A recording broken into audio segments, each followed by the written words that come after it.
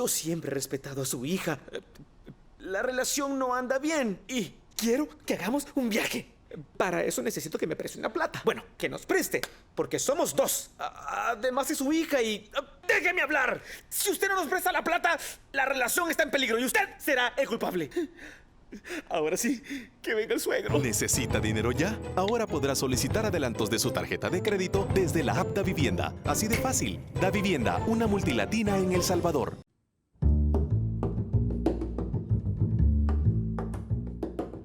La posguerra está agotada. Necesitamos analizar y alumbrar mejor el camino para construir el futuro. Soy Alberto Arene, economista. No solo somos un nuevo programa de opinión, somos una nueva revista de realidad nacional. Soy Karen Fernández, comunicadora. Juntos formamos un equipo de trabajo independiente y comprometido con este momento de la historia. Somos una síntesis entre madurez y juventud para el nuevo impulso del futuro. Soy Saúl Hernández, politólogo. Bienvenidos a Focos.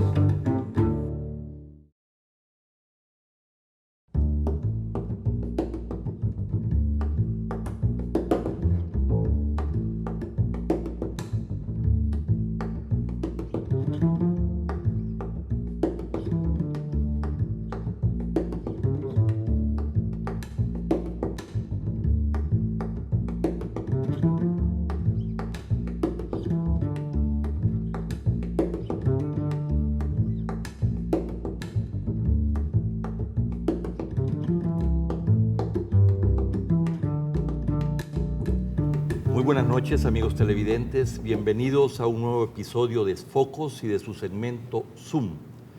El político estadounidense con mayor compromiso con El Salvador. Durante 35 años consecutivos, el congresista de Massachusetts, Jim McGovern, nunca ha dejado de ocuparse de nuestro país, siendo históricamente, en mi opinión, el político estadounidense con mayor conocimiento y compromiso con la democracia y los derechos humanos en El Salvador. McGovern trabajó para el célebre congresista Joe Moakley de 1982 hasta 1996. En 1990 le pidió que liderara la investigación del asesinato de los 6 padres jesuitas, su colaboradora e hija. Después del descubrimiento del involucramiento de los militares, respaldados en toda la guerra por Estados Unidos, la continuación de la ayuda militar fue condicionada a mejoras en los derechos humanos y a una paz democrática negociada, cambiando la política de Estados Unidos en El Salvador. McGovern es copresidente de la Comisión de Derechos Humanos Tom Lantos, que investiga abusos de derechos humanos internacionales y recomienda cómo los Estados Unidos deben fortalecer el respeto por los derechos humanos internacionalmente. Welcome, Congressman. Happy to be with you. I am very happy that you are here with us tonight at Focus. Vamos a desarrollar esta entrevista en inglés con subtítulos en español por razones de tiempo y de fluidez. Well, how did you come to be so involved in El Salvador, and why have you dedicated a large part of your professional and political life to our country, Jim? Well, El Salvador has a very special place in my heart. It goes back to when I was a young aide working for Congressman Joe Moakley. And in the early 1980s, a group of Salvadoran refugees came to visit him. They fled to the United States because of the violence here in El Salvador, and they were afraid of being deported. And so they asked him for help. And he called me up and said, look, can you investigate what these people are saying? Why don't you go to El Salvador and check it out? And I did. I went to El Salvador and spent some time here and met with a whole range of people, including the Jesuits at the UCA. I met with members in the military. I met with our embassy and human rights advocates and defenders. And I came to realize how difficult the situation was here. And I came to appreciate the concerns of those Salvadorans who met with Joe Moakley during office hours in Boston. And I became part of his team to help protect those refugees, to help stand up for human rights. That eventually led to the passage of TPS, and then he investigated the murders of the Jesuit priests. But I have come to admire the Salvadoran people. People here have struggled and been through so much, and yet there's so much hope. And so I consider this place a very special place, and the people of El Salvador are always near to my heart.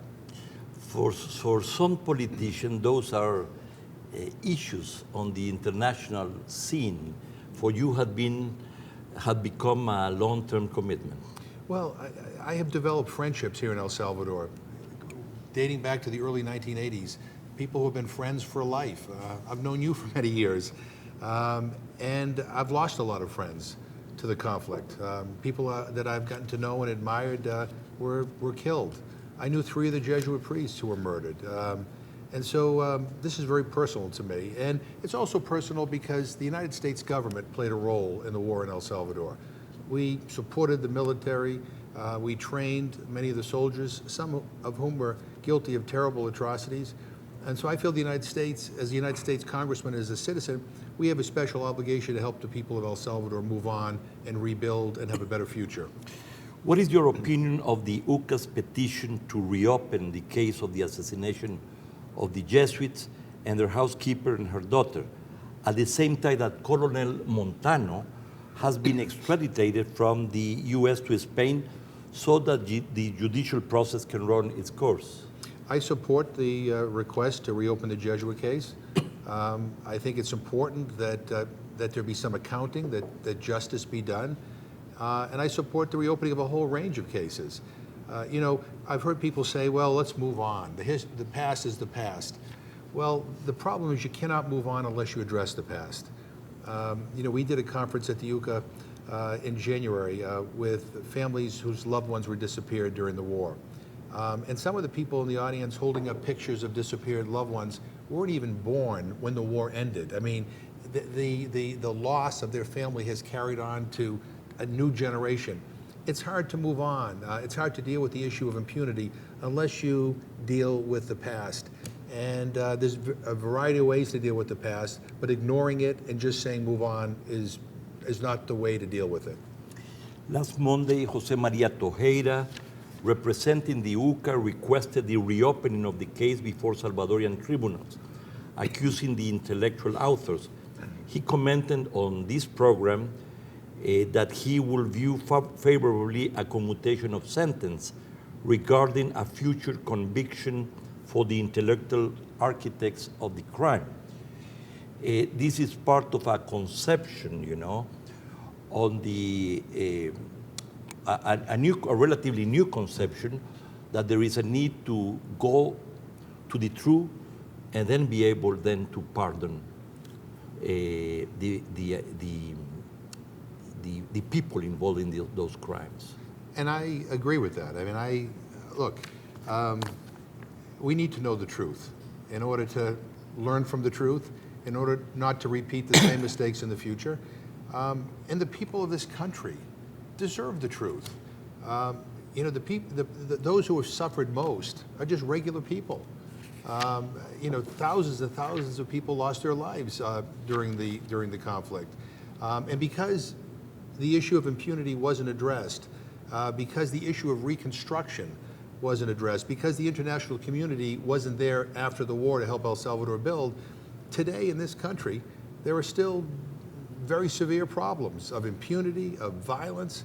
It's a very dangerous country still. And so, you know, we need to start dealing with reality here and just forgetting the past and, you know, and just brushing away uncomfortable subjects. You know, it doesn't make anything better. And so I think we need to deal with these cases, and we need to assign responsibility to those who are responsible. In the Jesuits' case, you know, there were lots of people who pulled the trigger and shot those priests. But there were people who were the intellectual authors, members of the high command of the Salvadoran Armed Forces, some of the most powerful people in this country, who had the support of the United States government, who had military assistance from the U.S. government, who had training from the U.S. government. But those intellectual authors need to be held to account. There needs to be some truth-telling, and I hope that that's what happens here. You met some of them in those days, right? I did. Did you talk with them? I did, and you know, amongst the high command of the Salvadoran Armed Forces, there was just a complete denial of any responsibility. They kept on trying to say it was a few bad apples. But the reality was there was an institutional problem in this country within the Salvadoran Armed Forces. Not only an institutional problem that would allow for the kinds of killings that took place to happen, but then there was the mentality that the job of everybody in the military should be to cover these crimes up and to never take responsibility. And if you're going to change, if you're going to have a break from the past, then you need to have a break from the past. You can't be, saying things like, well, that happened a long time ago. We have other problems to deal with. You're not going to deal with the current problems until you deal with the past problems. And by the way, you can do both at the same time. In contrast to the accusers in the judicial process in Spain, who assert that there is proof linking ex-President Cristiani to the murder of the Jesuits, Tejera affirmed in the Focus interview that we have absolutely no proof that he participated in the intellectual planning. Yeah. And the Moakley Commission, which I was part of, didn't either. There may be a case to be made that Cristiani found out immediately afterwards who was responsible and was part of a cover-up, but we never found any direct information that linked him directly to the actual planning of those terrible murders. According to the 1993 report of the United Nations Truth Commission in El Salvador, between 10 and 13 December of 1981, the elite Atlacat battalion units deliberately and systematically tortured and executed 1,000 men, women, and children in El Mozote and surrounding villages. This massacre is one of the largest attacks against civilians perpetrated by a Latin American army, and it has been characterized as a crime against humanity. You arrived Friday evening, and Saturday you spent all day with the El Mozote community where this massacre took place in 1981. Tell us about it.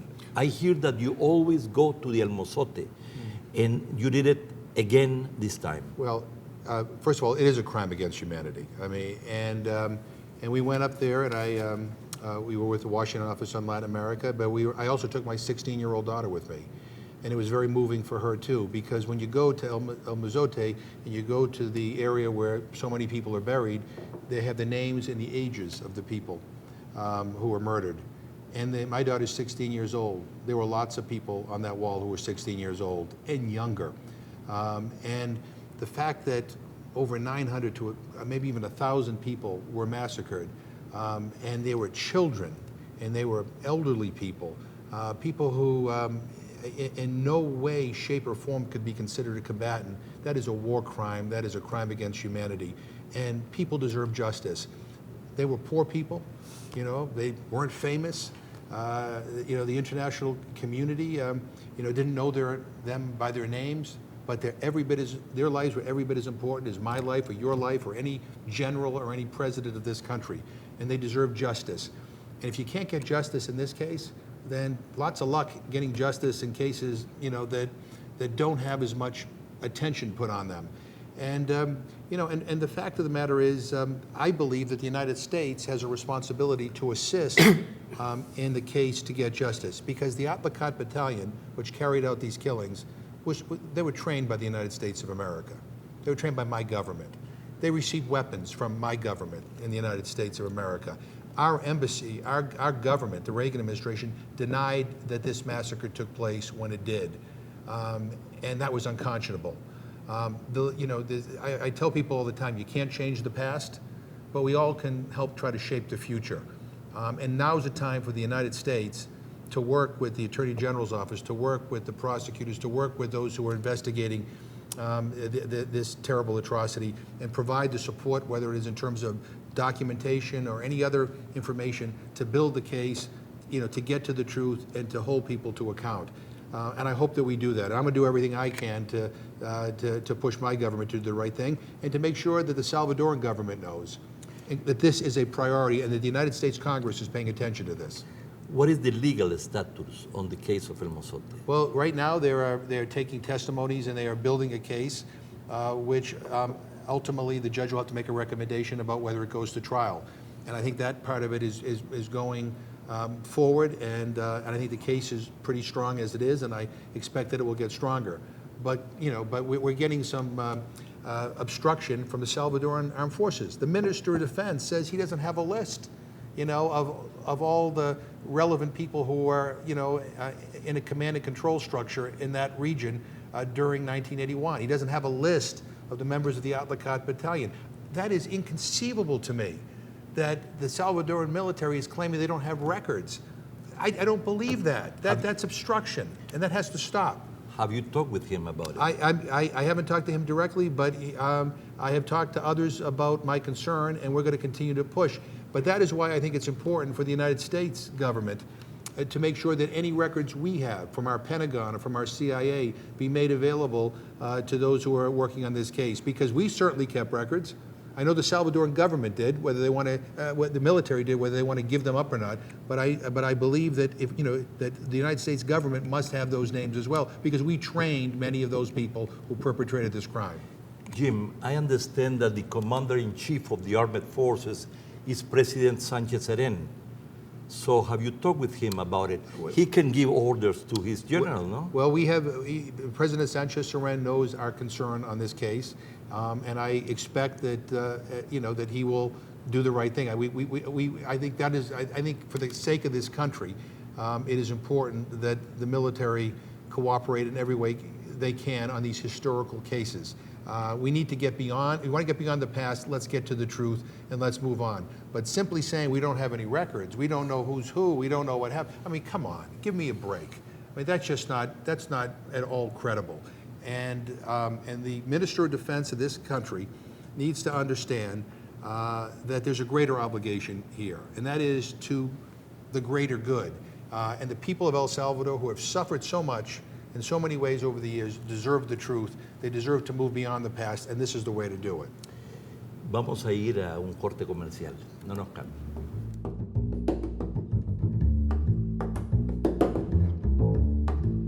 Te presentamos a Punto Express, el lugar donde pagas todo en un mismo lugar.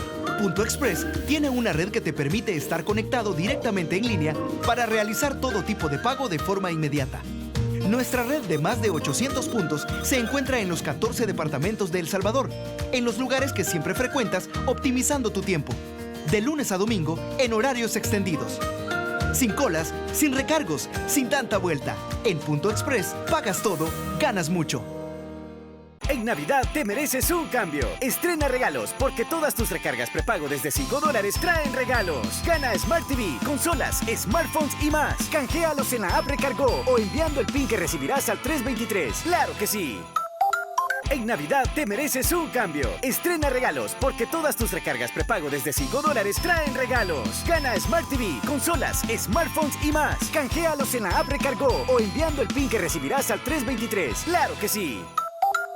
Desde 1956, Aves, Asociación de Avicultores de El Salvador, trabaja por mejorar la productividad, eficiencia y competitividad de la industria avícola, garantizando seguridad alimentaria a la población a través de productos nutritivos y de primera calidad. El pollo y huevo contienen alto valor proteico, indispensables en una dieta balanceada. Aves, 60 años brindando nutrición a las familias salvadoreñas.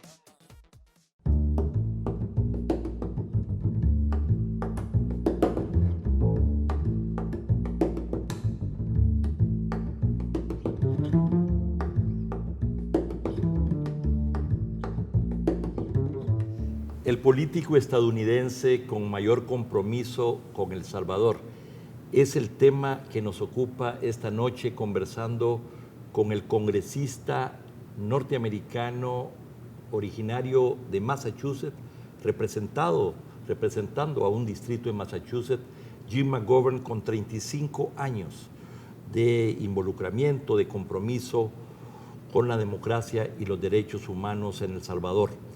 Estamos teniendo esta conversación en inglés por razones de fluidez y de rapidez.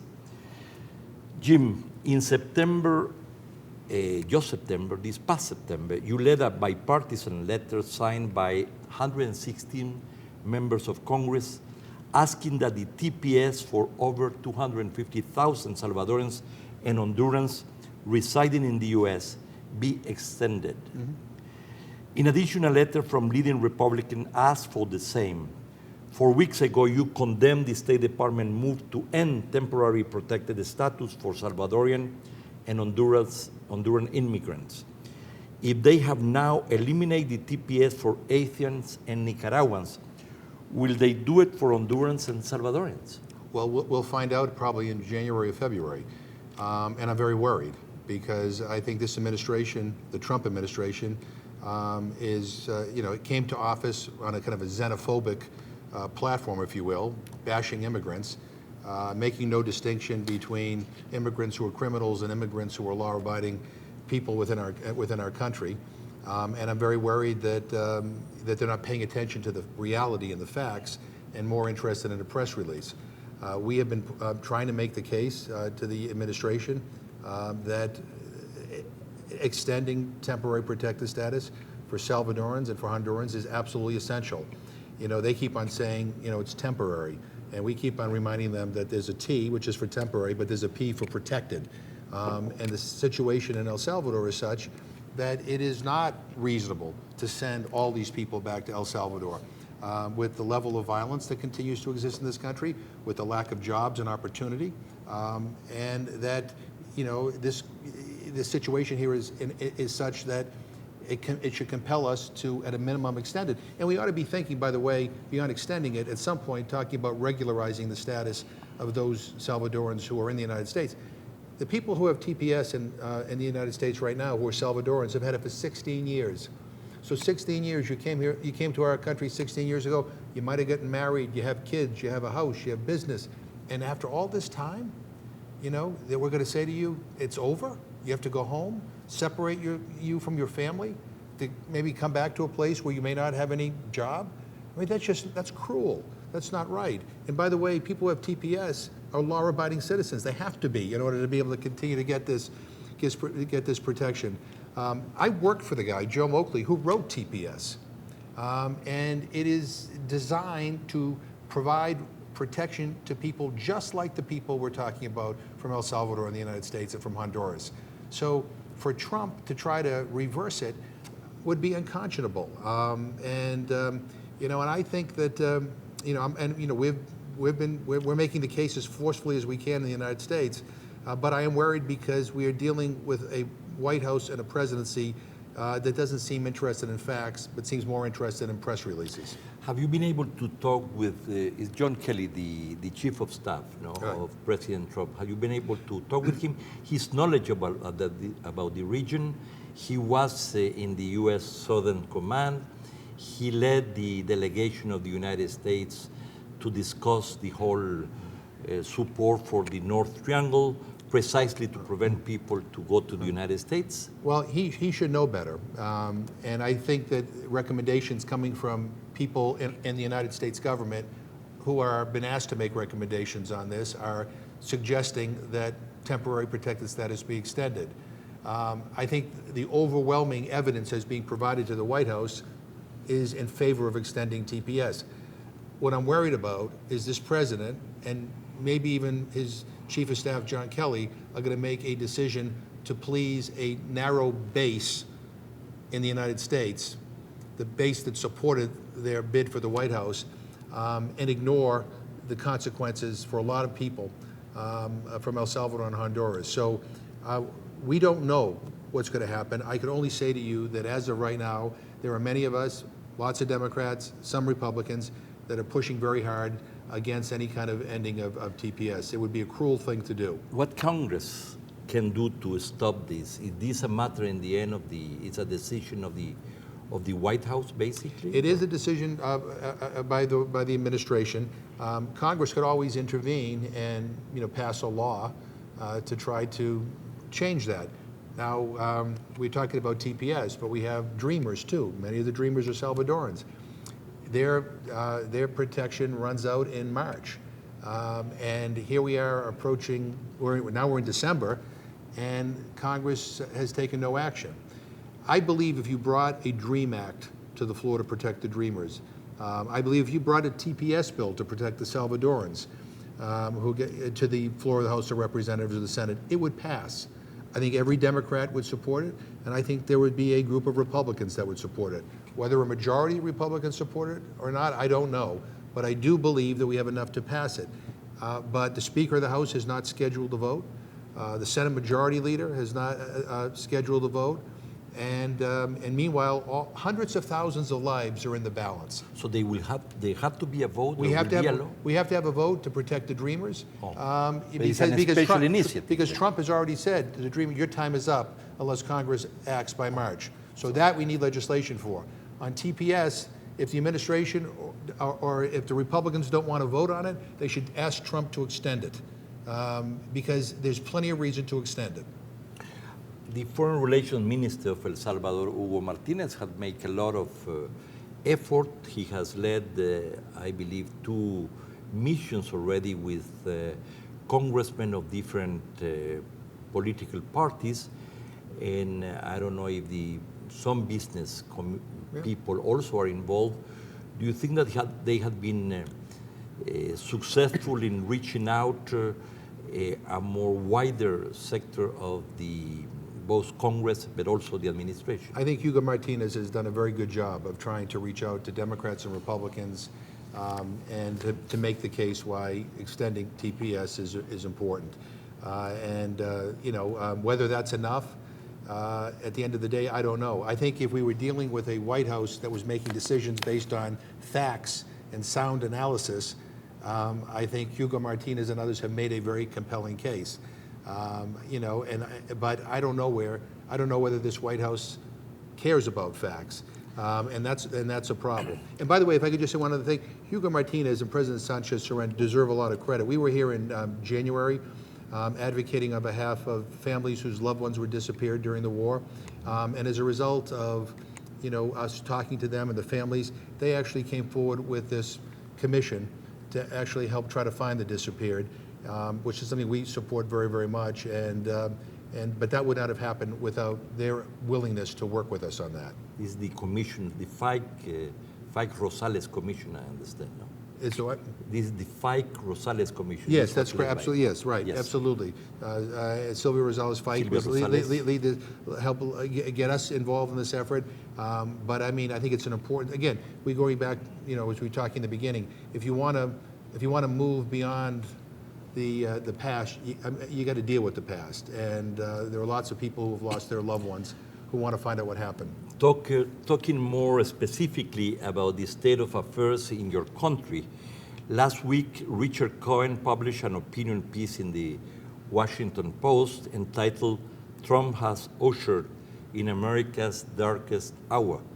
As a member of Congress, what do you say to Americans who are losing faith in many facets of American democracy, who see the vast inequalities in wealth, the unaccountability of the government, shrinking social services, a tax plan that will further aggravate these inequalities, the fiscal deficit, and even the national debt, and a withdrawal from international commitment? This seems to be another kind of administration. I witnessed in the 80s and the 90s an important confrontation, certainly in the Reagan years, about Central America and other issues. But in the end, there was common ground between Democrats and Republicans. But it seemed that the Trump era is something very different. Well, Donald Trump has succeeded in polarizing our country.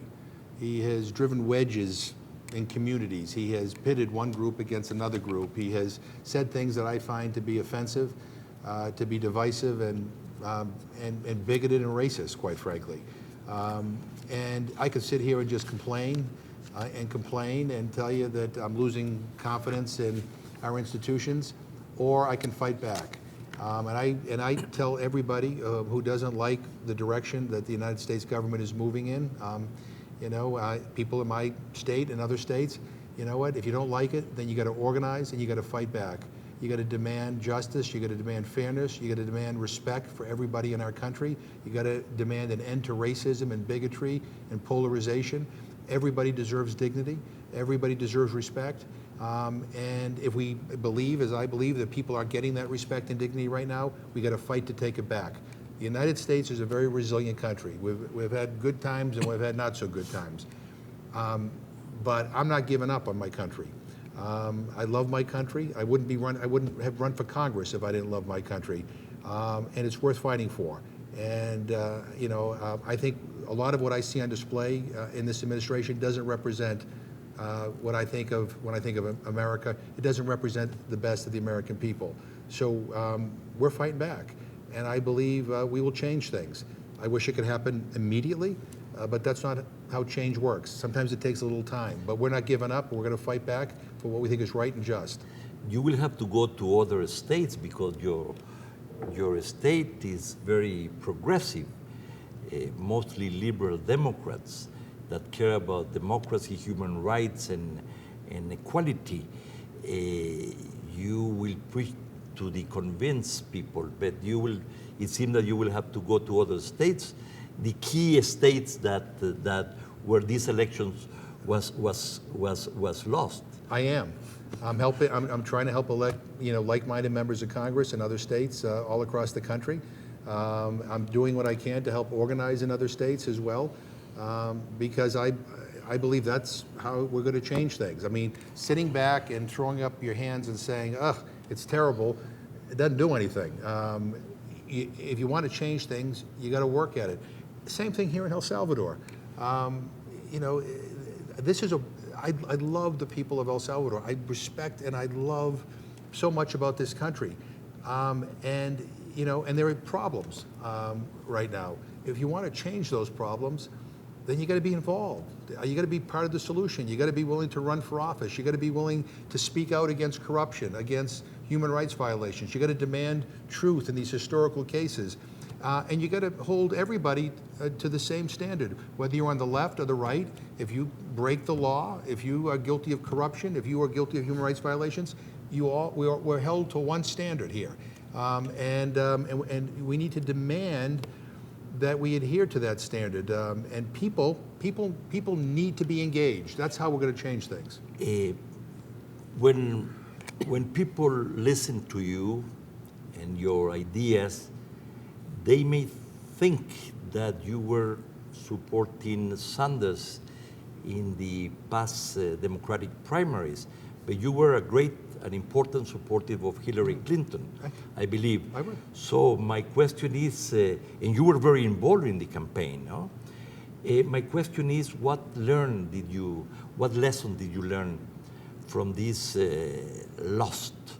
Hillary Clinton won the popular vote, but you lost the votes of the states. Well, first of all, Bernie Sanders is a friend. I like him. I supported Hillary because I thought she would have been a better president. I didn't agree with her on everything, but I thought she would have been a better president. I think what I learned from this last election is that there are outside forces that tried to disrupt what was going on in our country, and they, to a certain extent, succeeded. They're referring to the Russian fact. Yeah, I mean, and I also, believe that the Electoral College should be abolished. I mean, 3 million more people voted for Hillary Clinton than Donald Trump, and yet he's in the White House. I'm trying to explain to my daughter, how our system works. When I used to tell her that, the majority wins. So, we may need to readjust how we do elections. The other thing is that, I think Trump was masterful at distracting people from what the real issues facing America were. What the discussion should have been about in the last election was economic security, how to put people to work, how to rebuild our infrastructure, how to make sure that our economy continues to grow.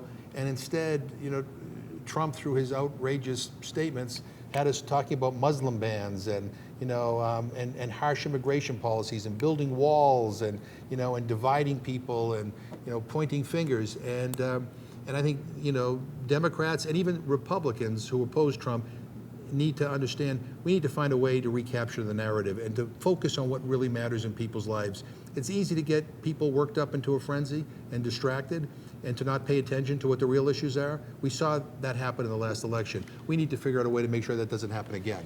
Jim, you come at least once a year to El Salvador. You have a permanent invitation now to come to this program when you come and update us on different issues, both of the relationship of the United States with El Salvador, but also on domestic U.S. politics that are of interest, certainly, for Salvadorians. Well, I look forward to it. I hope your ratings don't go down because I'm on the show.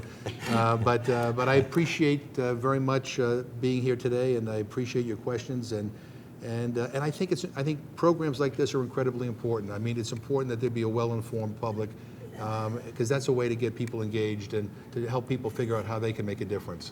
I suppose that you go during weekends to your state, no? I do. But then you will miss our program. Focus is being broadcast in Washington, D.C. for D.C., for Virginia and Maryland. I hope that you will see it. I'll get someone to download it. Once in a while, and you can see it. It was great to see you. Great to be with you. Thank you. Muchas gracias, amigos televidentes, por su audiencia. Ha sido un interesante programa. No nos cambie, viene Prisma.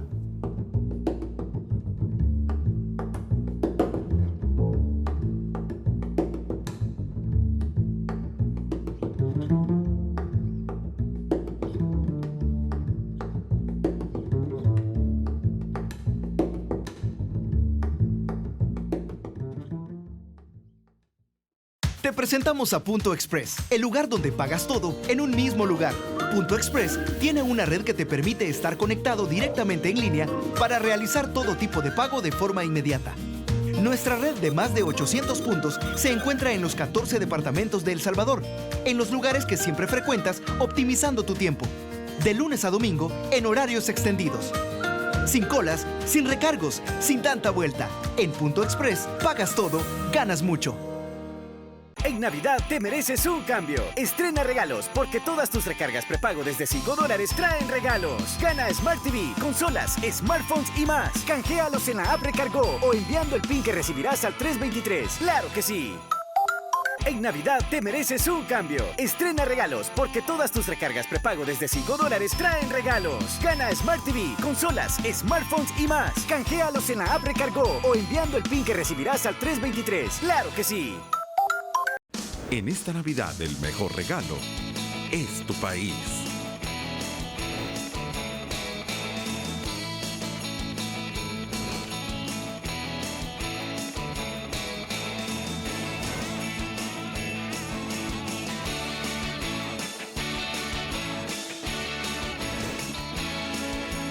Disfrútalo. Felices fiestas te desean Pueblos Vivos.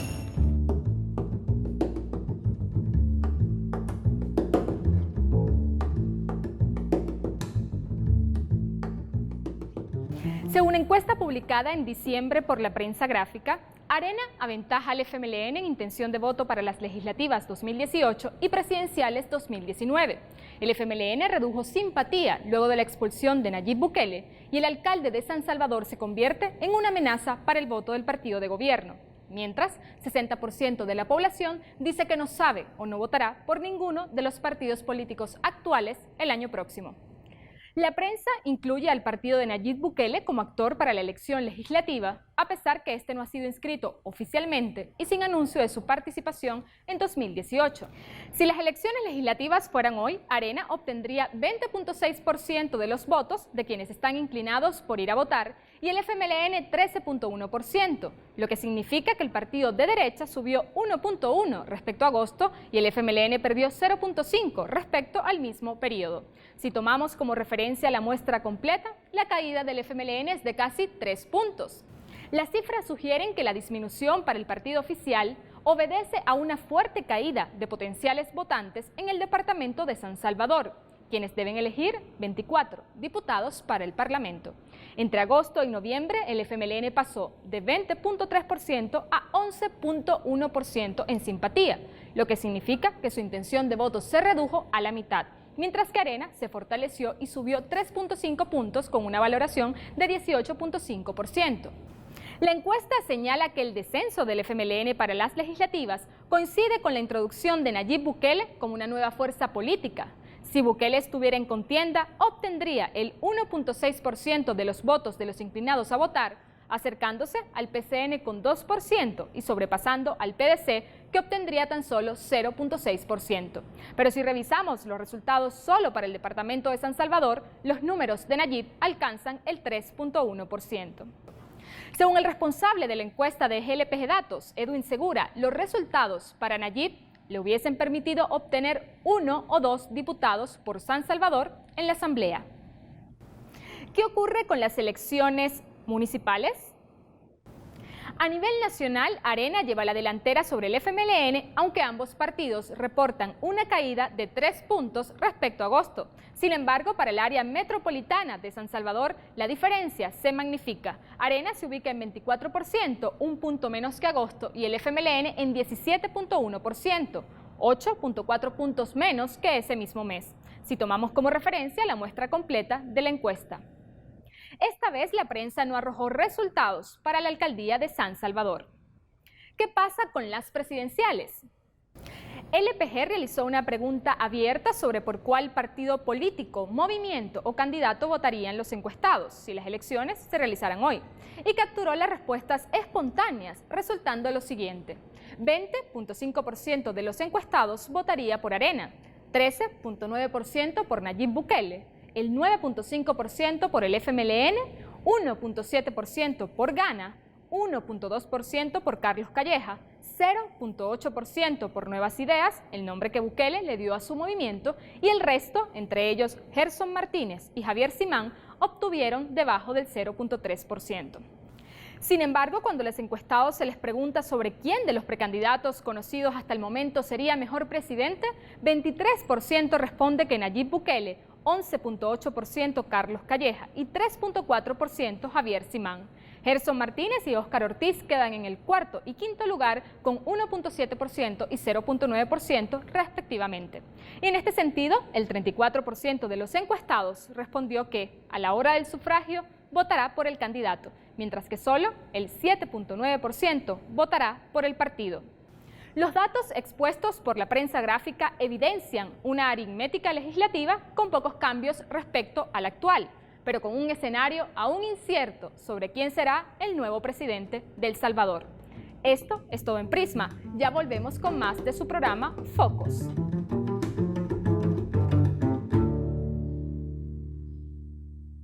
Amor, ¿cómo es la clave del banco? Es el cumpleaños de tu mamá. No, es la de mi mail. Entonces es la fecha de nuestro aniversario. ¿Sí pudiste? Sí. ¿Quieres que te ayude?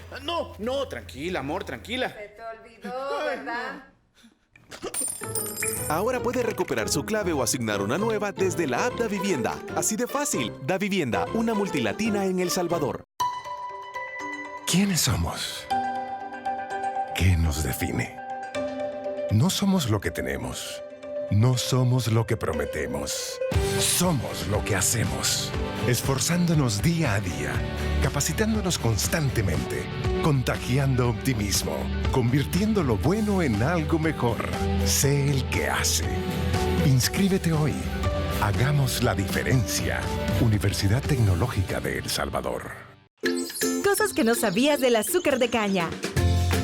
El azúcar natural produce energía al instante y esa energía no se transforma en grasa. El azúcar natural es buena y, como cualquier otro alimento, debe formar parte de una alimentación balanceada. Nuestro cerebro necesita diariamente al menos un 20% de energía proveniente de carbohidratos como el azúcar natural. Como ves, el azúcar natural es buena y tu cuerpo la necesita.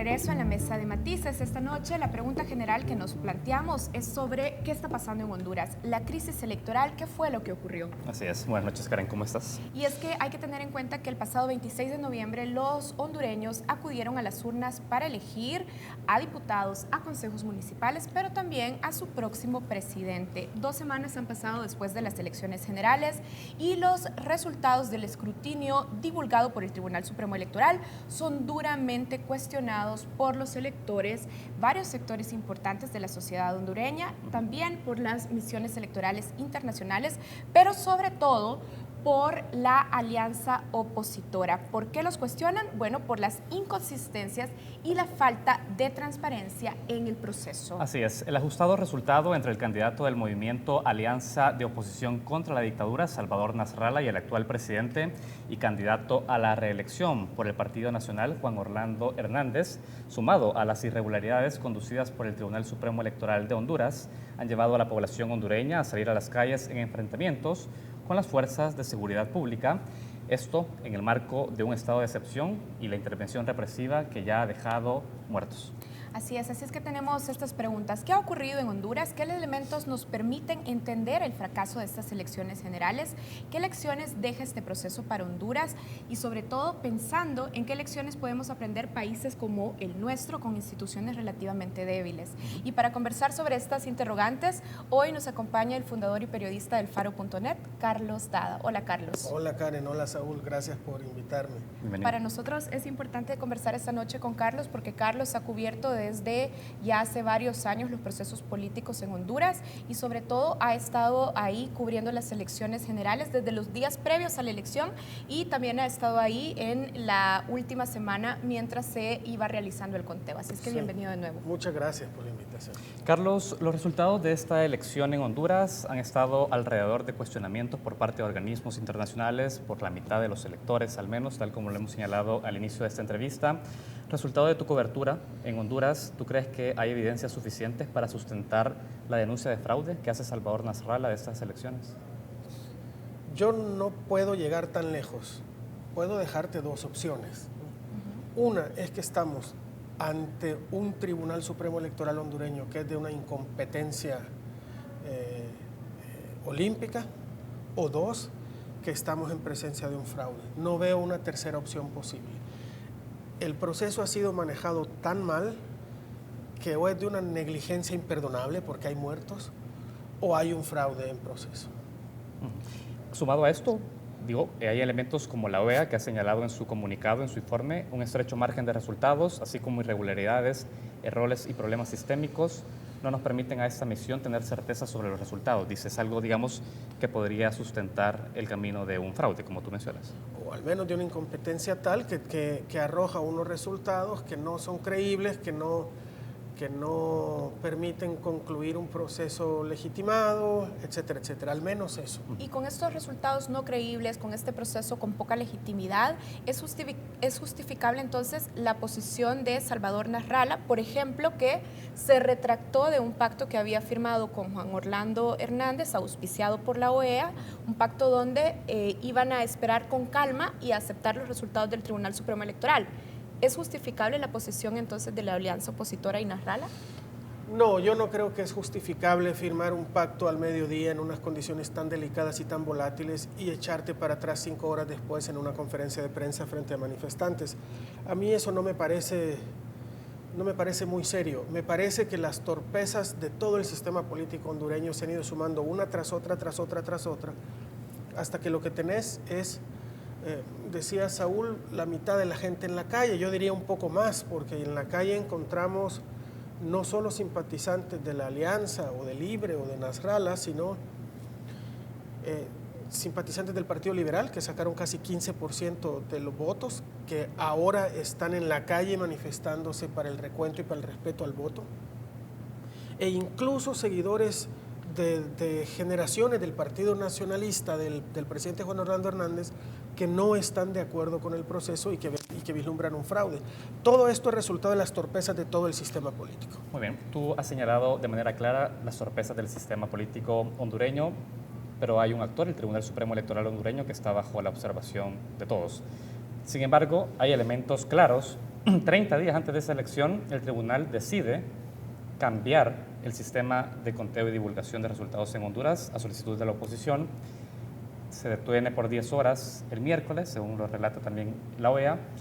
¿No son estas condiciones objetivas que también permitirían justificar estos errores técnicos desde tu punto de vista? ¿O aún así sigue señalando una negligencia?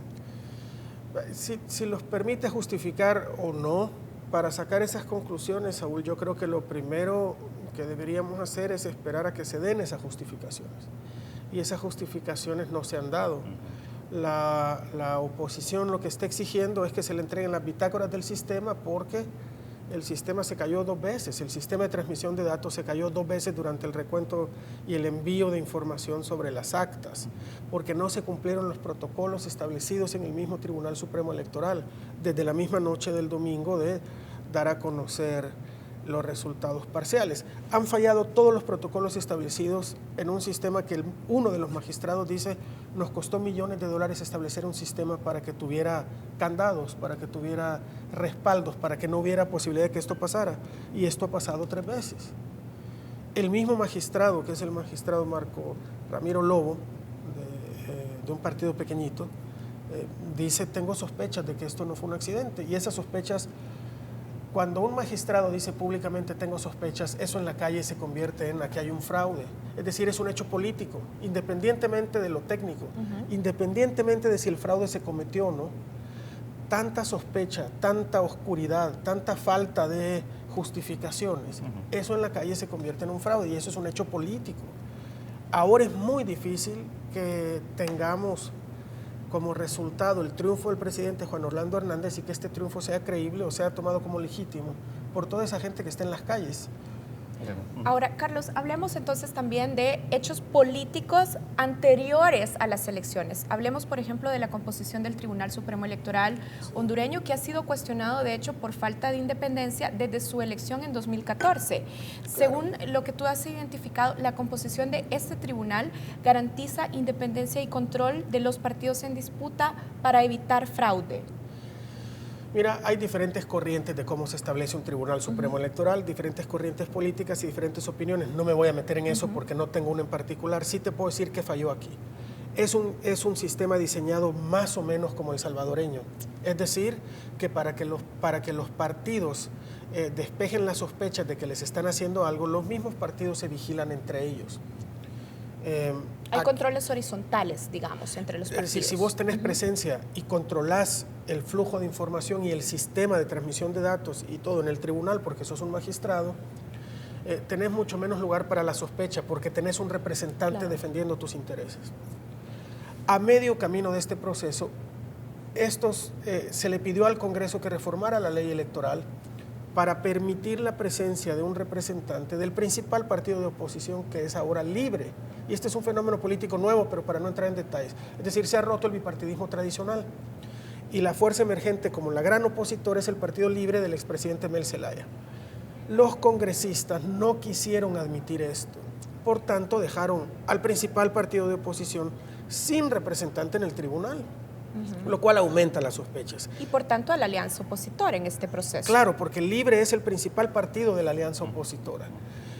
El mismo tribunal le quitó a Salvador Narral a su propio partido, que era el Partido Anticorrupción, que hoy está muriendo en esta elección porque no alcanzó ni el 1% de los votos. Pero ese era el partido de Salvador Narral. El tribunal se lo quitó y se lo entregó a otra persona de ese partido. Por lo cual Salvador Narral corre como candidato de una coalición en la cual no está su propio partido, porque él ya no tiene partido. A todo esto hay que agregarle recomendaciones que se hicieron desde la elección anterior, como por ejemplo depurar un censo que la tercera parte está compuesta por gente que o bien ha muerto o ha emigrado desde hace muchos años.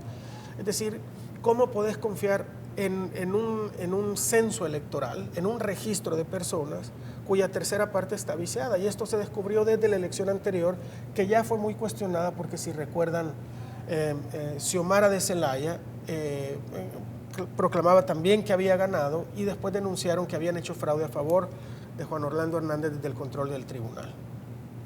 Nada de esto se corrigió y cuando el resultado fue tan cerrado, las cosas simplemente empeoraron.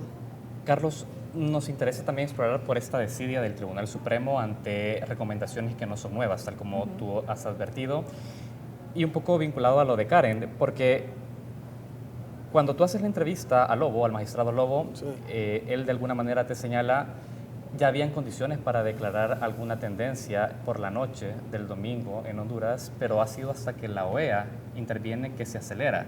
El presidente Matamoros, que entiendo responde al Partido Nacional, no lo hizo.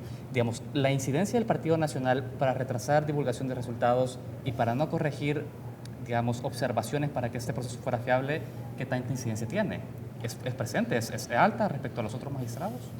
Es muy alta porque el tribunal funciona así, cuando se toman decisiones colegiadas en la cual 3 de los 4 magistrados tienen derecho a voz y voto y un cuarto, que es en este caso el diputado Lobo, tiene derecho solo a voz pero participa de los plenos. El problema es que en todo esto no se hicieron plenos y cuando se reunieron para decidir si daban o no resultados, en realidad eran 2 contra 2 y la situación política era tan delicada que 2 sí tenían voto y los otros 2, solo uno tenía voto y el otro tenía voz. Entonces el presidente del Tribunal Supremo Electoral, nacionalista, socio de Juan Orlando Hernández, es decir, socio político, David Matamoros, decidió no dar los resultados, argumentando que la muestra no era estable. Fue ahí que intervino la OEA la misma noche del domingo, la madrugada ya del lunes, a decir, mire, usted no puede seguir creando tanta incertidumbre porque la gente está desesperada y cada vez se levanta más sospechas. Entre menos atajemos las necesidades de información de los electores, más estamos levantando sospechas sobre este proceso. Salga y dé los resultados. Y eso lo convenció en la madrugada. Después fue que el sistema se cayó 2 veces. Las actas introducidas durante una de las caídas de este sistema son las que después la alianza reclamaba que se metieran en el conteo. Como eso no se le obedeció, el martes pasado en la noche la alianza salió diciendo que querían el recuento de todas las actas, lo cual complica muchísimo la entrega de resultados, ¿verdad? Ahora, Carlos, estamos identificando ya algunos hechos, como decías, políticos que tienen correlación también con hechos técnicos y que se interpretan directamente en la calle como fraude con este proceso tan falto de transparencia. Pero también es importante decir que este proceso y esta crisis no puede ser entendido sin el análisis de la figura de la reelección presidencial. Quizás para poner en contexto es importante decir que en 2009 la Fuerza Armada hondureña dio un golpe de Estado al expresidente Manuel Zelaya después de que éste pretendiera consultar sobre una constituyente. Pero 6 años después, la Sala de lo Constitucional hondureña de hecho habilitó la reelección en un proceso inédito para que el presidente Juan Orlando Hernández pudiera reelegirse. ¿Podrías ayudarnos a entender las irregularidades que favorecieron a Juan Orlando para que pudiera presentarse como candidato a la reelección? Sí, por supuesto. Juan Orlando Hernández quería pasar varias leyes, una de ellas la de zonas llamadas ciudades modelo, la de zonas de exclusión, otra de ellas la reelección. Pero los magistrados de la Corte Suprema de Justicia, los mismos que participaron durante el golpe de Estado a Manuel Zelaya, se negaron a admitir la reelección. Entonces el presidente, mediante sus fuerzas en el Congreso, Juan Orlando Hernández, destituyó en un madrugón a 4 de los 5 magistrados. Dejó solo al que estaba de acuerdo. Nombraron a otros 4 magistrados, ya digo, en una madrugada, en una sesión plenaria de madrugada, con el Congreso rodeado por la Fuerza Armada, nombraron otros 4 magistrados y estos magistrados son los que después decretaron lo que los juristas en Honduras llaman una aberración jurídica. Declararon inconstitucional la Constitución misma, lo cual es una aberración jurídica, diciendo que la Constitución le negaba al presidente Hernández sus derechos ciudadanos de buscar la presidencia de la República. Libertad de expresión, dicen ellos que Esta es la libertad de expresión, era primero para evitar acusarlo de traición a la patria como había pasado con el expresidente Zelaya. Esto es lo que abre el camino para la reelección de Juan Orlando Hernández. Mucha de la gente que votó por Salvador Narrala, y esto te lo digo como una simple apreciación de haber estado cubriendo estos días, no ve en Salvador Narral a un estadista, no ve en Salvador Narral a un líder, no ve en Salvador Narral a la persona que va a solucionar sus problemas. Han votado por él una buena cantidad de personas porque ven en Salvador Narral el vehículo para sacar del poder a un hombre que se quiere perpetuar en el poder y que hoy por hoy Juan Orlando Hernández aún controla el Legislativo con todo y la Corte Suprema de Justicia, el Tribunal Supremo Electoral a través del presidente del tribunal y de otro de los magistrados que representa un partido diminuto que es la Democracia Cristiana, que vota todo a favor del presidente de la República. El Legislativo, además el Congreso de la República y el Judicial, además del Ejecutivo, evidentemente. A todo esto hay que agregarle que el presidente ahora ejerce un gran poder sobre, evidentemente es el líder de su propio partido, del Partido Nacional, que sigue siendo el partido más grande de Honduras, y ejerce un gran poder sobre el ejército, a quien ha llenado de prebendas durante este periodo. Con tanto poder concentrado, buena parte de la población ha votado por Salvador Narrala para sacar a Juan Orlando Hernández del poder. Carlos, vamos a dejarlo con esa reflexión. Tenemos que hacer la primera pausa de esta entrevista. Karen, has tocado los militares. Queremos hablar de ese actor político al volver de la pausa. Con mucho gusto. Ya regresamos.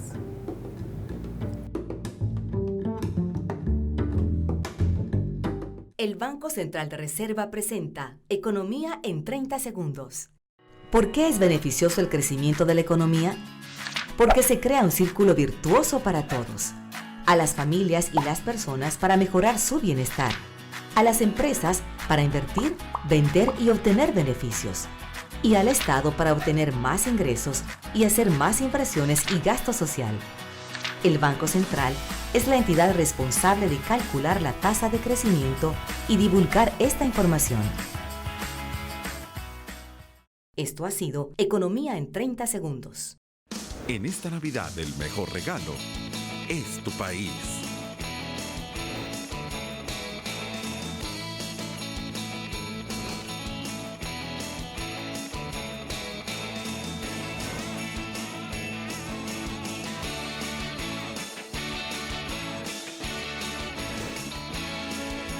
Disfrútalo. Felices fiestas te desean Pueblos Vivos. La verdad es la fuerza más importante de una sociedad. La verdad se comparte presentando los hechos con imparcialidad. La verdad la comparte un equipo comprometido, documentando cada momento clave de la historia. La verdad trasciende barreras y juntos tenemos el poder de compartirla.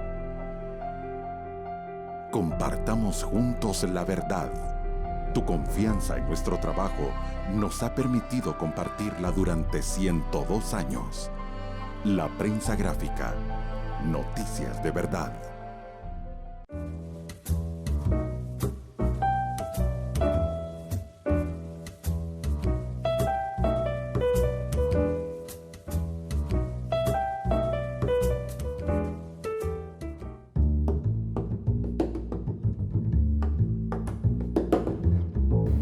Continuamos en Matices. Esta noche nos hacemos la pregunta: ¿qué ocurrió con el fracaso electoral en Honduras? El pasado 26 de noviembre los hondureños acudieron a las urnas en una elección general en ese país.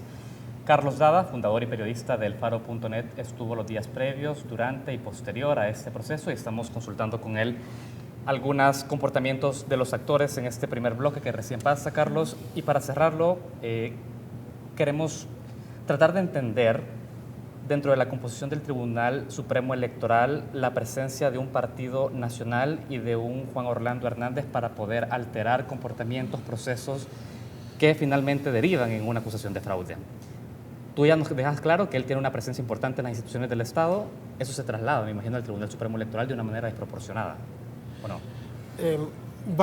Vamos para explicar o tratar de explicar, Saúl, por qué el Tribunal Supremo Electoral está bajo su control o por qué la oposición lo acusa de tenerlo bajo su control. Hay que entender primero que este es un tribunal muy presidencialista, que las decisiones que no se toman colegiadas, el mismo presidente las toma. Puede tomar decisiones unilaterales. Como ha sido en todo este proceso. Entiendo.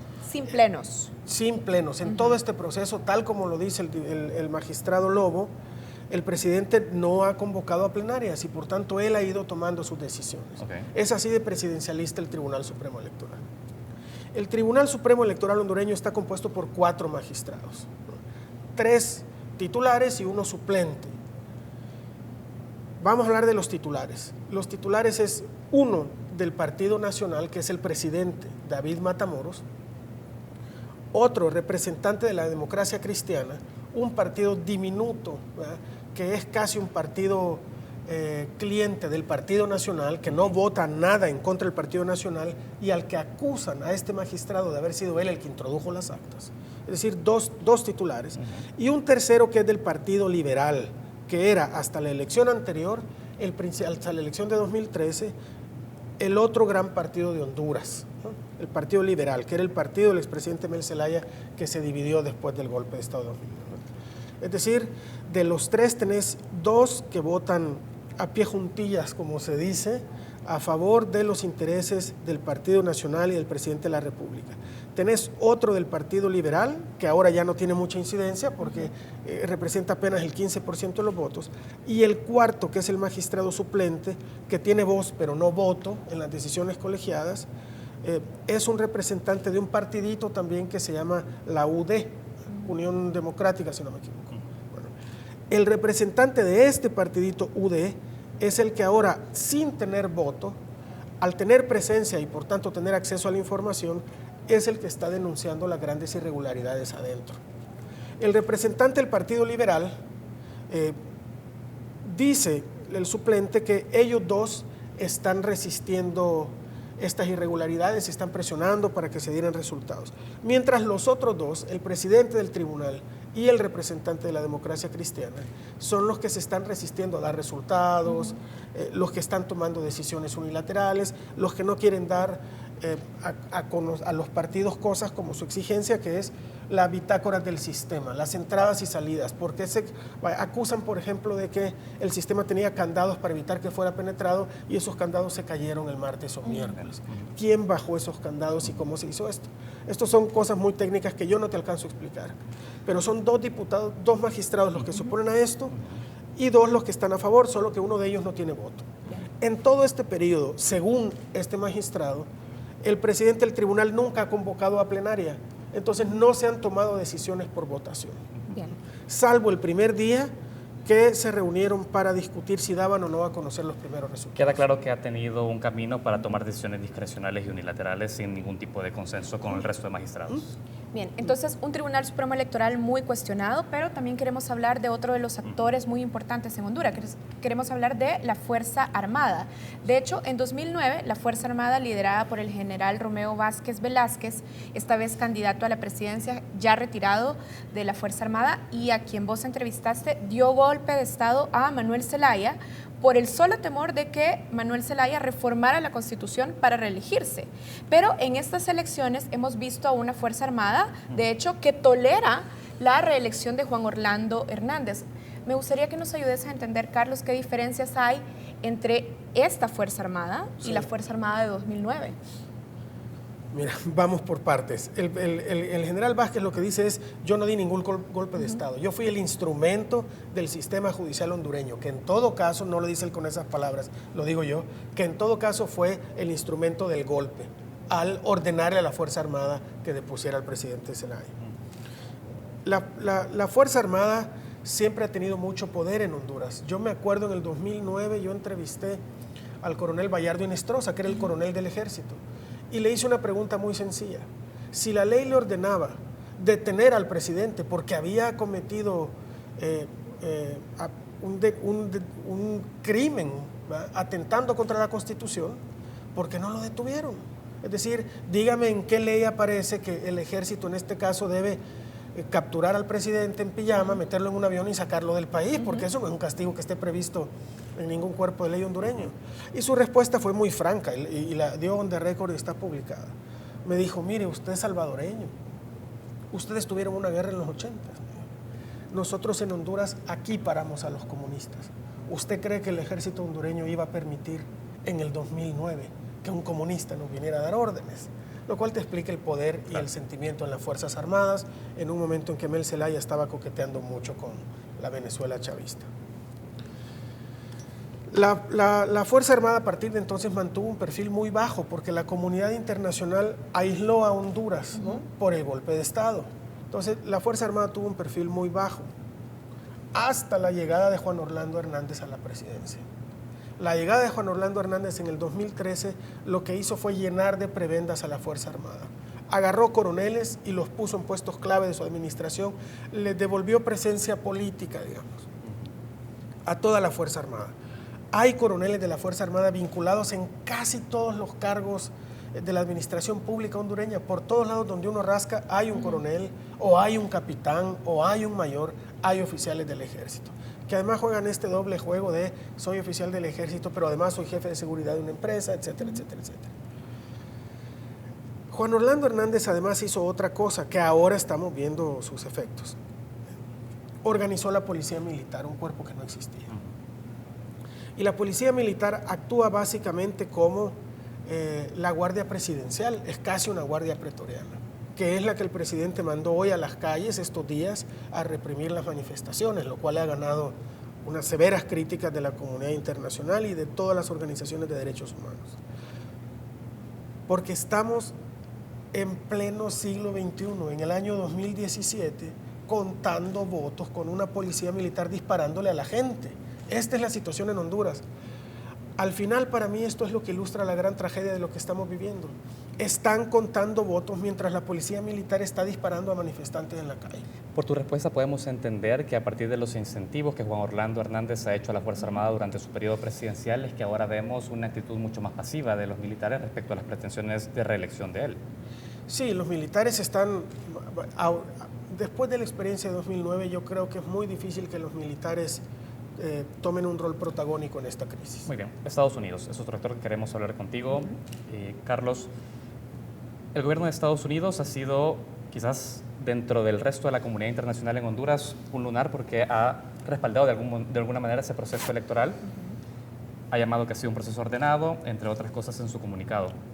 Llama la atención esa respuesta del gobierno de los Estados Unidos, contracorriente de las lecturas, pero también, digamos, de poder tolerar que un Juan Orlando Hernández, una figura que ha sido incluso vinculada con nexos del narcotráfico, pueda llegar a ser presidente nuevamente. ¿Cómo explicas el comportamiento de Estados Unidos aquí? Mira, yo creo que se explica revisando la historia de la presencia y de los comportamientos de Estados Unidos en nuestra región durante más de un siglo. No quiero recordar al aire porque es horario infantil las famosas frases que utilizaban los norteamericanos para describir a Somoza en Nicaragua, ¿no? Pero en realidad Estados Unidos se enfrenta con dos opciones, o Juan Orlando Hernández o Mel Zelaya, que es el verdadero político detrás de Salvador Narrala, y Mel Zelaya coquetea con la izquierda. Juan Orlando Hernández es un presidente sobre el cual tienen muchísimo más control, para empezar porque tienen todo su expediente que se está ventilando en juicios en Estados Unidos, donde se está vinculando a su familia con el narcotráfico, se está vinculando a miembros prominentes de su partido con el narcotráfico. Hace el día antes de la elección o el día después, perdóname si me falla la memoria, en otro tribunal estadounidense un narcotraficante mexicano habló de su sociedad con el actual, aún ministro de Seguridad del presidente Juan Orlando Hernández. Y a pesar de todo esto, Estados Unidos ha logrado avances en materia de lucha contra las drogas en Honduras por su sociedad con el presidente Hernández. El presidente Hernández es el que ha abierto la vía para las extradiciones.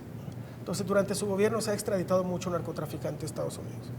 El problema es que en esta crisis política, es decir, el apoyo abierto del embajador estadounidense en Honduras durante toda la campaña fue tan burdo, fue tan obsceno el apoyo a Juan Orlando Hernández y a sus políticas de privatización de básicamente todo el Estado y hablar del progreso. Incluso aquí la embajadora estadounidense en El Salvador dijo en alguna ocasión que había que ver a Honduras como modelo de progreso para un país centroamericano. Cosa que a mí me hace pensar que la embajadora probablemente no conoce lo que está pasando en Honduras, porque si uno sale un poquito de la ciudad se da cuenta de los tremendos conflictos sociales que está causando la privatización del Estado o la entrega de tierras a manos de privados a costa de los recursos de la gente más pobre. En estas circunstancias, ahora, Estados Unidos avala el proceso del Tribunal Supremo Electoral en esta elección, ya no el embajador, porque solo hay una encargada de negocios, pero lo hace justamente cuando la Unión Europea y la OEA dicen que este proceso no tiene credibilidad. En otras palabras, en Honduras, Estados Unidos se ha quedado solo. Es ya, hasta hoy, el único gobierno extranjero fuera de la metida de pata del presidente de Guatemala, que se apresuró a felicitar a Juan Orlando Hernández por su reelección. Fuera de eso, el gobierno norteamericano es el único que está avalando este proceso. Se ha quedado otra vez solo y lo hizo justamente el día en que las misiones de observadores europeas y de la OEA han rechazado las condiciones de este proceso. Muy brevemente, ¿por qué entonces habría una amenaza por parte de Estados Unidos que un candidato vinculado a Mel Zelaya pueda llegar a la presidencia? ¿Qué privilegio pierde Estados Unidos llegando a ese escenario configurado electoralmente en el país? O sea, hay un temor de Estados Unidos de que llegue Las relaciones con Manuel Zelaya no han sido buenas desde el golpe de Estado, incluso desde un poco antes. No han sido buenas. Le quitaron los fondos del milenio y entonces Mel Zelaya empezó a coquetear con los gobiernos del ALBA, bolivarianos.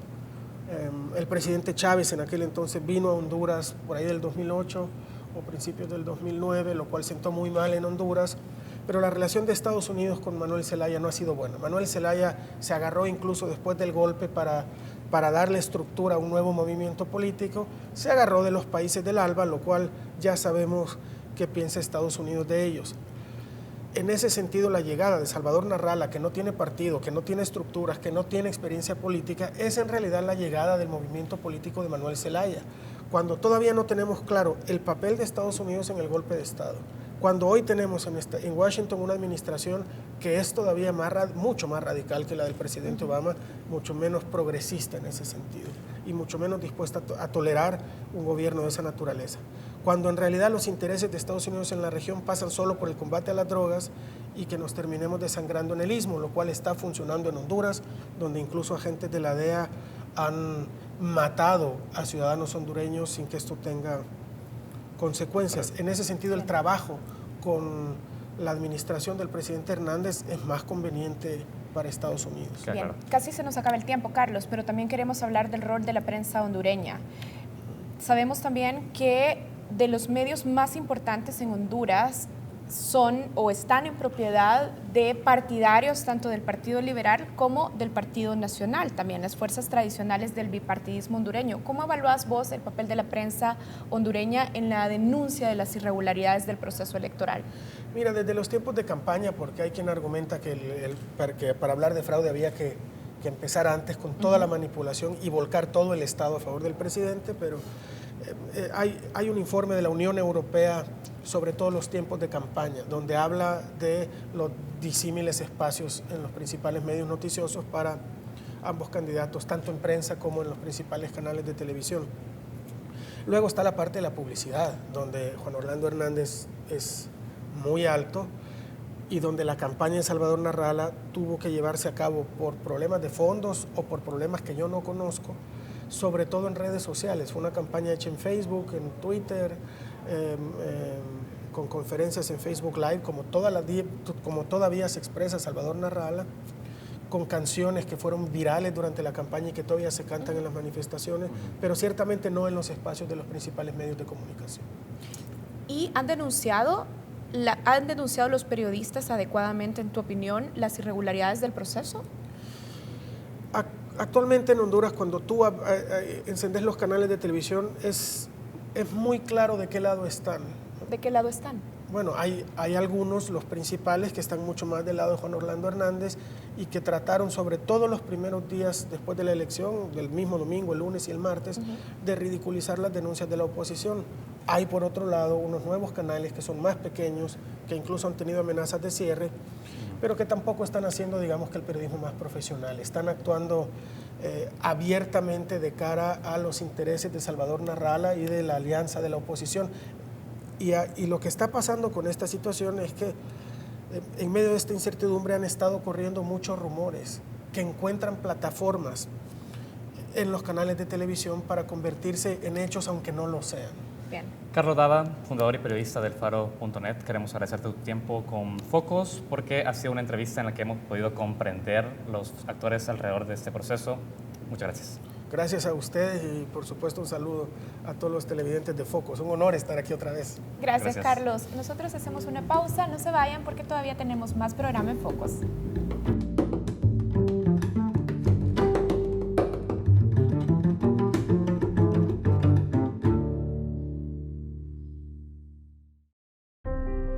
La verdad es la fuerza más importante de una sociedad. La verdad se comparte presentando los hechos con imparcialidad. La verdad la comparte un equipo comprometido, documentando cada momento clave de la historia. La verdad trasciende barreras y juntos tenemos el poder de compartirla. Compartamos juntos la verdad. Tu confianza en nuestro trabajo nos ha permitido compartirla durante 102 años. La prensa gráfica. Noticias de verdad. ¿Quiénes somos? ¿Qué nos define? No somos lo que tenemos. No somos lo que prometemos. Somos lo que hacemos. Esforzándonos día a día, capacitándonos constantemente, contagiando optimismo, convirtiendo lo bueno en algo mejor. Sé el que hace. Inscríbete hoy. Hagamos la diferencia. Universidad Tecnológica de El Salvador.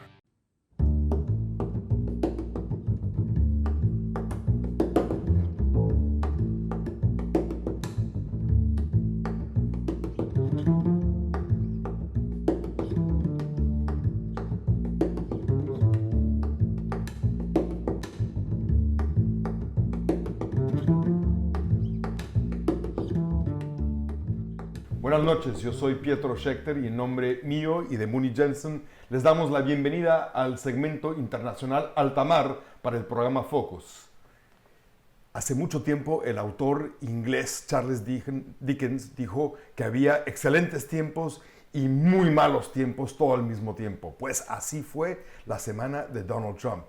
Donald Trump sufrió una derrota jurídica muy importante, pero al mismo tiempo una victoria política.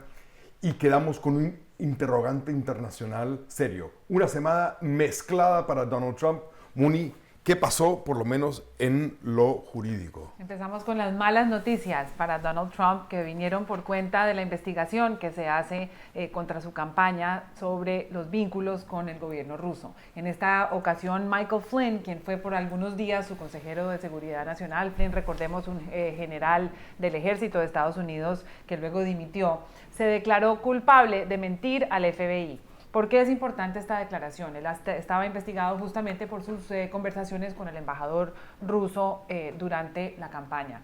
Y se declaró culpable como parte de una negociación con la FBI, muy posiblemente a cambio de que delatara otro tipo de informaciones y otro tipo de contactos verificados entre la campaña y Donald Trump. Lo que es impresionante es lo secreto que ha mantenido el fiscal, todo lo que ha hecho, porque nadie sabe qué exactamente ha dado Flynn en cambio, ¿verdad? Es muy sorprendente, Peter, porque aunque parece muy, muy grave que un consejero de Seguridad Nacional le mienta al FBI, y es grave, eso es un cargo menor comparado con la cantidad de acusaciones que tenía en su contra, lo cual hace pensar que, como sucede en tantos países, lo que ha hecho es negociar con el FBI a una reducción de sus cargos a cambio de que va a cantar. Recordemos que es el segundo funcionario del gobierno de Trump que ha confesado mentir al FBI. El primero fue George Papadopoulos, a quien Donald Trump llamó un funcionario menor. Ahora le queda más difícil hacer el argumento de que su consejero de Seguridad Nacional haya sido un funcionario menor. Y claro, el gran problema en esto es que todo el mundo especula que el próximo paso es el yerno de Donald Trump o el hijo de Donald Trump, ¿no es cierto? Esto se complica y creo que el panorama de su investigación se complica y se tropieza a Donald Trump. Bueno, hablamos de su triunfo político también, el triunfo político de Donald Trump, que fue este proyecto de ley de reforma tributaria importantísima y realmente grande. Por mucho tiempo se pensó que no era posible que eso pasara el Senado y pasó el Senado con unos cambios serios para el país. particular, los impuestos a las corporaciones van a bajar de un 35% a un 20% más o menos, que cosa que es una rebaja. La idea es que vuelvan muchas industrias a los Estados Unidos y eso va a reactivar la economía. También hay otras cosas dentro del proyecto de ley que son que se deshacen por todos los impuestos a la herencia y algunos recortes de impuestos para la clase media. Está poco claro si la gente de clase media va a pagar mucho menos o algo menos, pero bueno, hay definitivamente algún tipo de recorte a la clase media. Eso seguramente va a ser parte o va a ser visto como parte de las grandes promesas que hizo Donald Trump de hacer una reforma tributaria grande. Bueno, es el primer éxito legislativo que tiene Trump y el más importante porque es algo que posiblemente el único. Es muy posible que sea el único y es el único, por lo menos en este primer año de gobierno, lo cual es un récord bastante malo. Genera, y sus críticos lo han subrayado miles de veces, una posibilidad de aumentar el déficit desde Estados Unidos muy grande, lo cual para los amantes del fútbol significa patear la pelota para adelante, creando crecimiento a corto plazo y problemas a largo plazo. Bueno, hablemos rápidamente del otro gran triunfo que tuvo en la Corte Suprema, que es la Corte Suprema ha apoyado la prohibición de entrada de 6 países musulmanes en el mundo. Esta fue una cosa muy debatida y muy controvertida que ahora la Corte Suprema le ha dejado. Otro gran triunfo. Acabamos con el interrogante. El interrogante es que está relacionado con el anuncio, la promesa de Donald Trump de trasladar la Embajada de Estados Unidos de Tel Aviv a Jerusalén. Es un asunto que tiene grandes implicaciones para la política de Estados Unidos en Medio Oriente. Está reversando décadas enteras de política, no solamente de Estados Unidos, sino del mundo occidental, de reconocer a Israel como a Jerusalén como la capital. Está muy disputado cuáles van a ser las consecuencias de esta decisión. Eso es, claro, la consecuencia podría ser un aumento del terrorismo, un aumento de la inseguridad, un aumento del caos en el Medio Oriente. Pero bueno, nadie sabe. Y con eso y esas interrogantes y esta semana de altos y bajos de Donald Trump, nos despedimos nosotros desde Washington, alta mar. Hasta luego y buenas noches.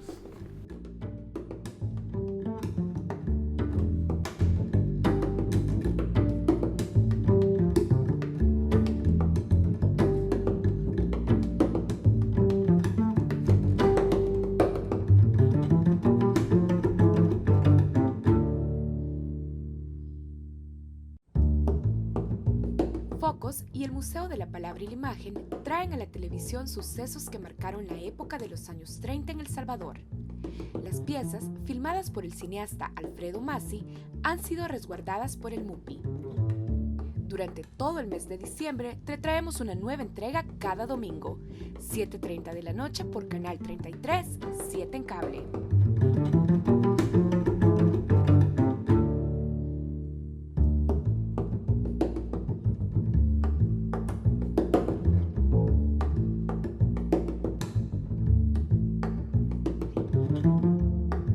Esta noche, el MUPI nos presenta la segunda entrega de la serie Los Filmes de Alfredo Massi, La Memoria en Movimiento. ¿En qué año se inauguró el Banco Central de Reserva? ¿Cómo eran sus instalaciones de antaño? Los invitamos a descubrirlos a través del legado cinematográfico de Alfredo Massi. Gracias por habernos acompañado esta noche en Focos. Los esperamos la próxima semana.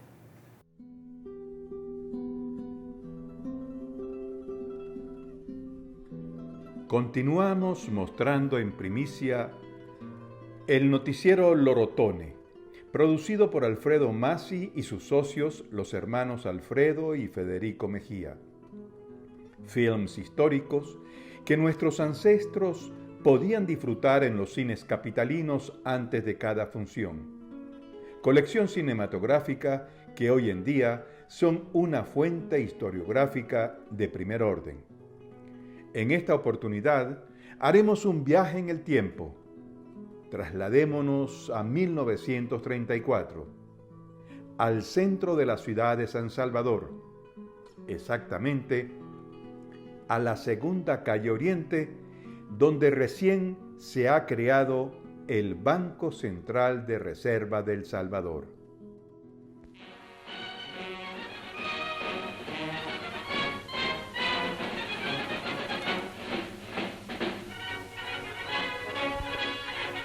Y ahora tenemos a la vista la fachada del edificio del Banco Central de Reserva de El Salvador, situado en el centro comercial de la capital, en la segunda calle Oriente. Vemos enseguida el interior del suntuoso edificio bancario, con sus múltiples dependencias y oficinas, todo convenientemente dispuesto y arreglado para el despacho de los negocios de tan importante institución del Estado.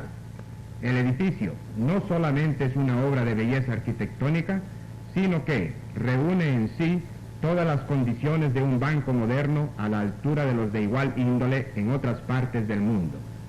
En los 6 meses desde su fundación, se ha visto palpablemente los beneficios que la creación de este banco ha proporcionado a la vida económica del país, entre los cuales podemos citar la estabilidad del colón salvadoreño, lo que corrientemente llamamos cambio, que ha traído consigo el aumento del valor de la moneda nacional. Para completar esta obra trascendental del gobierno del general Martínez, está para ponerse en vigor la ley que creará el banco hipotecario. Esta fue La Memoria en Movimiento. Les invitamos a acompañarnos en próximos capítulos de esta sección Retratos para continuar conociendo, a través de la magia del cine, aquel El Salvador de antaño, atrapado en las imágenes filmadas por Alfredo Masi, pionero de la cinematografía en El Salvador.